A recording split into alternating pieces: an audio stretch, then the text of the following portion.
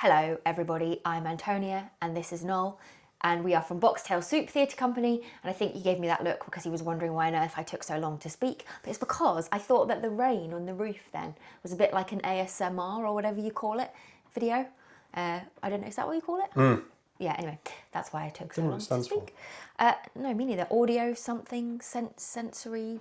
Yeah, exactly. Marvellous something. Anyway, I've now wrong-footed myself, don't even know what I'm talking about. We have been preparing for the beginning of our 1984 tour. Yes. I think the first show's, I can't remember the date. Is it the 24th of February, the first show? Oh, we're doing well. Yes, 2 weeks on Tuesday is the first show. And the first show is in the spring, in Havant. We're there for 2 nights, I think it is the 24th and 25th, or it's the 25th and 26th, but it's on the calendar anyway. So, like I said, 2 weeks on Tuesday. So we've been making sure we've got everything ready for that. There are a couple of extra things that we've had to do for tour. The first being making the set a little bit more portable. Yeah, so because when we created the show, it was going to the Edinburgh Fringe, and that was the first place we were going to be performing it. We're always kind of under pressure in terms of time anyway, to get stuff ready and make sure everything is good to go on time. But also you want to make your life at Edinburgh as simple as possible. Yeah. You know, the turnaround between shows is very short. You don't have a lot of time necessarily to set up and to tech in the venue and all that kind of stuff. So the pieces of the set that we made that we refer to as the skeleton corners, the bits that kind of make the outside edges of rooms and stuff like that, they have a triangle piece or sort of weird prism pyramid thing in the base, in the corner. And for Edinburgh, we left that as a solid object. It's quite unwieldy and it was a little bit difficult to pack, but we knew that we only had to get it to Edinburgh and then we could unpack it and it would be in the one venue for a month. Now that we're going to be touring the show, obviously it's not quite so practical, and they really are quite difficult to yeah, we squeeze managed in, to sort of put them around the corner of a trunk in the car to keep it safe on the way to Edinburgh, but it certainly doesn't make it comfortable for passengers within the car, and so we thought we better cut them up, basically. Yeah, so we figured it would be much better to revisit them and find a way to pack them down more portably, or make them fold flat or something like that. So that was the first job, really, was to sort of kind of have a look at them. Do you have a photograph of the little model that you made? Oh, I don't know. Because Noel, the first thing Noel did was, because it's always Noel's job to try and figure out how to make these things flat pack. I'm hopeless at it. But he made a pizza box model. So it was a bit of 3 triangles of pizza box with little loops around the edge, which represented the pipes that the wood dowels go in to build out the strut of the corner.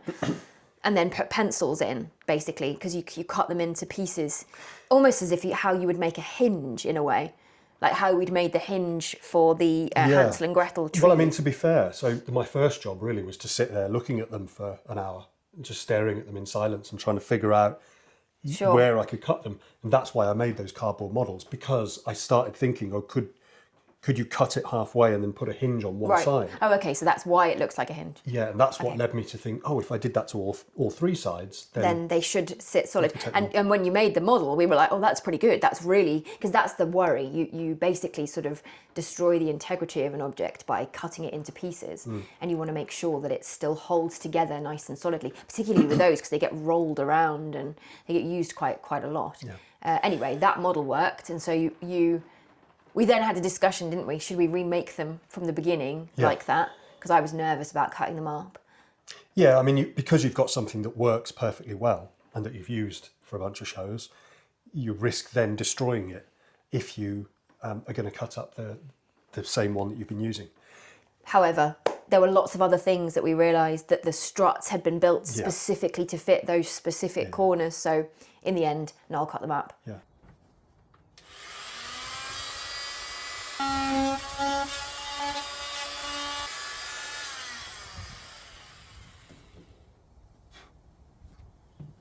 And it worked really well. I'm very happy with how it came together.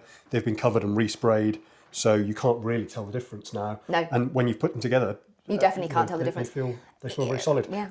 In terms of packing, it makes a huge difference because they can now stack flat, so they can all just go into a trunk. And that's absolutely brilliant, obviously, for touring. Yeah, so that was the first job. And then another job so while Noel was doing that, we recast Winston Smith, because lovely Mark, who was doing Winston for us in Edinburgh last year, is living his best director life these days. So that was his sort of final performing outing. And so we did auditions in November, and we found a new Winston for our tour, the lovely Daniel, who we have a photograph of, which I'm sure will pop up now, thanks to the magic of Noel. Editing. And so I had to, if you've seen the show, you'll know that Winston has a puppet version of himself. So I had to make a new puppet, because obviously Puppet Winston looks like Mark currently. So I've been making a new puppet Dan, and this is the head. So I'm pretty pleased, actually. He has very distinctive hair, luckily for me. Yeah, it's always nice when someone has a standout feature that you can really easily identify them Yes, by. exactly, because they're never going to look, it's never going to be a beautiful kind of portrait image of them. It's always going to be a sort of rough representation. But I think, the essence looks quite like him enough. And then we'll see whether he keeps any facial hair or not, will mean whether I have to then put a little bit of that on here. But in essence, this one is done. And then the other, if you've seen the show, there's quite a poignant moment. If you haven't seen it, this isn't really a spoiler because it's in the book, but there's a poignant moment where we see Winston in a much more withered and withered state. We call him Withered Winston at that point. Yeah, after he's been in the custody of the Ministry of Love for a while. Yeah, I didn't want to give too much away just in case people hadn't seen the show. But anyway, there's a moment where he looks significantly worse for wear, let's say. And it's poignant, you only see him for a moment. And so this is the face of the withered version of Mark that I made. And you can see how sort of tragic it looks. Normally, I would try not to put an expression on a face, because obviously they need to do multiple expressions. But for this particular moment, he only needs to look scared and tragic, really. So that's him. And I've started doing that for the Dan puppet. But I actually am feeling like so far, it's not bad, but this chin needs to push back a bit. And I think I need to open the eyes out more. I think I need to make him look more horrified, because it is only a brief moment. He looks haggard, but he doesn't look quite scared enough. So I'm going to open the eyes out, I think, later, and then put a little bit of hair on. So that's what I've been doing.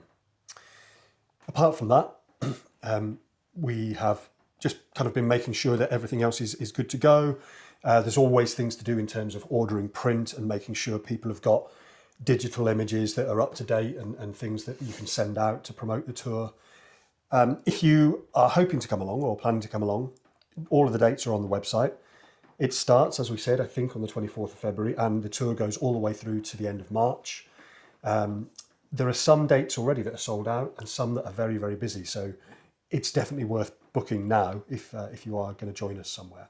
And obviously we'd love to have you. And I think that's probably all we've got time for today. We need to get back to those puppets and everything. We start rehearsals on Monday, which is all very exciting. So as always, if you are enjoying the videos, please do give us a thumbs up, leave us a comment, subscribe to the channel, and we will see you next time.